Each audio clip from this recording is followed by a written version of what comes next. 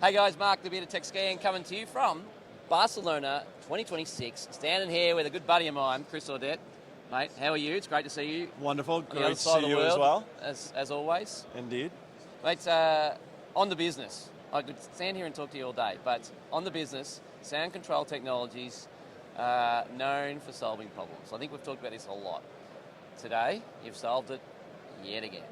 Yes, we have. What do we got? What's the problem and who are we solving it for?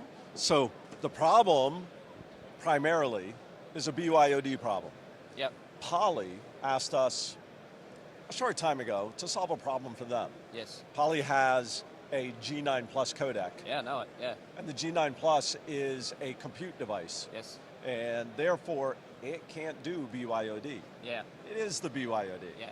So okay. They've come to us because all of their customers want to deploy G9 Pluses. At the same time, they want to be able to bring in their own laptop. Right, so it's an MTR compute, right? Correct. It's fully fledged MTR. Correct. Right. So what we've been able to do is utilizing the RTK-AM1, which is our new table kit solution. Yep. So is this a brand new product, or It's a brand new product. We introduced it actually at ISE of 2025. We showed it as a prototype last year. Now we're shipping it in significant numbers, thank goodness. Yeah. And you've nailed it. It's been a long road. Yeah. But normally we have devices which are Poly's microphone system. Yep. Here we have an OWL camera that Poly is partnered with, Oh, really? which is their center device that catches people at the table. Yep. And of course their V52 video bar. Right. Normally those devices connect directly to the compute device. Yes.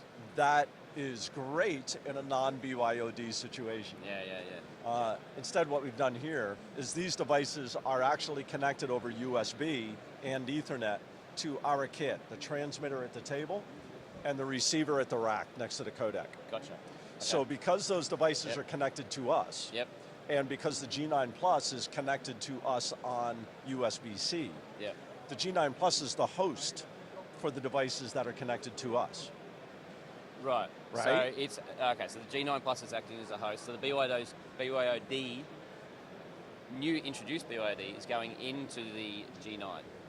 Correct. So when I walk into the room and I plug in with my laptop, I walk up to the table. I've got a USB-C connector that's connected to our transmitter. Plugs into the laptop. Now all the devices belong to the laptop. Okay, so you pick up all those peripherals. Now I've got BYOD. On USB-C. On USB-C with power to the laptop. Which is a unique... right, it's full DP alt mode, so you've got HDMI, USB, power to the PD, power to the laptop. So this is sitting underneath the table, USB-C. Correct. Now we can send this, I'm picking up the wrong one here. Correct, transmitter receiver. Right, okay, so we can send this over CAT too, right? Up to how far? 100 meters. 100 meters. 100 meters between the two modules. All right, and get full power delivery. Oh, well, you power delivery because you get powered at the transmitter as well. Correct. Right? We do have a power supply on both ends because we need to power the modules individually and, of course, power the laptop at the transmitter. Okay, and Cat 6, Cat 6A? Depends on the distance. If it's 20 meters, it can be Cat 5e. You can get away with it. But as we go up, our data sheet shows that scale to where you have to introduce two different cable types. Yes. If I'm going 100 meters, which is unrealistic, but if I'm going 100 meters, it's Cat 6 UFTP, which is a very specific, stiff, Avion-friendly cable. Foil twisted pair, Individual foils on each pair. Ah, of course. Right. Exactly. So well shielded because of the distance. Very, very nice. So essentially, we're running all the USB peripherals into here, and essentially away we go. You can switch and have more than one. So I have 3 HDMI content ports as well. So if I just want to walk in a room and get content to the G9 Plus because the G9 Plus is hosting the call, we can still do that. Okay. Right? Yeah, right. So it doesn't necessarily have to be the laptop that's being the engine in the call. Yeah, right. So literally, if that's already in a call and I want to do content share, I'm walking in, I'm connecting on HDMI, I hit content share on the codec, and it sends it to the far end of the room. From in front of you, and away you go. And everything's just presented here. So everything's happening at the touch panel. Don't really need too much on the third-party control overlays or anything like that? No reason for third-party control.